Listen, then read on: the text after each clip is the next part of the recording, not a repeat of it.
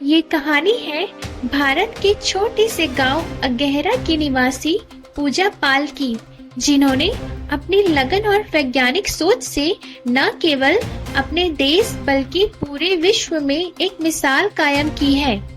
सिरोली गौसपुर तहसील के इस गांव से निकलकर पूजा ने जापान में आयोजित एक अंतर्राष्ट्रीय मंच पर भारत का नाम रोशन किया। उनकी उपलब्धि ने न सिर्फ उनके परिवार के लिए बल्कि समस्त देशवासियों के लिए प्रेरणा का स्रोत बन गई है। तिरपाल से ढकी झोपड़ी की बेटी अब वैज्ञानिक पहचान बन चुकी है। 17 साल की पूजा हाल ही में जापान से लौटकर आई हैं। पूजा उत्तर प्रदेश के एक छोटे गांव में तिरपाल और घास फूस से बने घर में रहती हैं। वजह है उनका वैज्ञानिक मॉडल, जिसने राष्ट्रीय स्तर पर पहचान पाई और अब केंद्रीय विज्ञान एवं प्रौद्योगिकी मंत्रालय उसे पेटेंट कर रहा है। सीमित संसाधनों में रहने वाली पूजा को 4 साल पहले डस्ट फ्री थ्रेशर का मॉडल बनाने का आइडिया आया।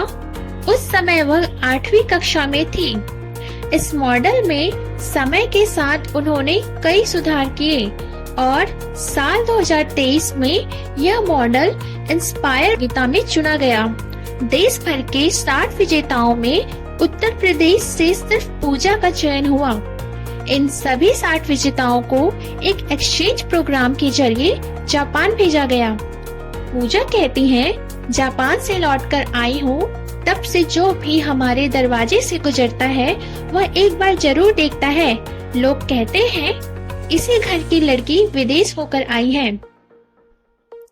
पूजा को वैज्ञानिक सोच की दिशा में पहला आइडिया उस समय आया जब वह अगहरा गांव के उच्च प्राथमिक विद्यालय में 8वीं में पढ़ रही थी। स्कूल के पास चल रहे थ्रेसर से उड़ती धूल खिड़की से कक्षा में आ रही थी, जिससे पढ़ाई और सांस लेने में दिक्कत हो रही थी। पूजा बताती हैं, मैंने ये बात राजीव सर को बताई और पूछा, सर हम इस धूल को कैसे रोक सकते हैं।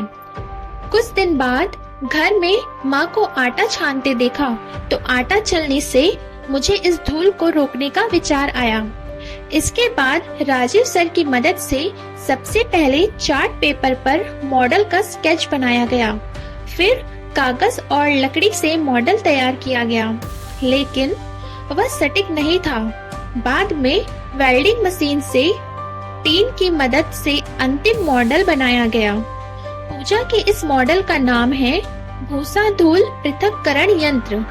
यह अनाज निकालने के दौरान उड़ने वाली धूल और फेफड़ों को प्रभावित करने वाले सूक्ष्म कणों को रोकने में मदद करता है।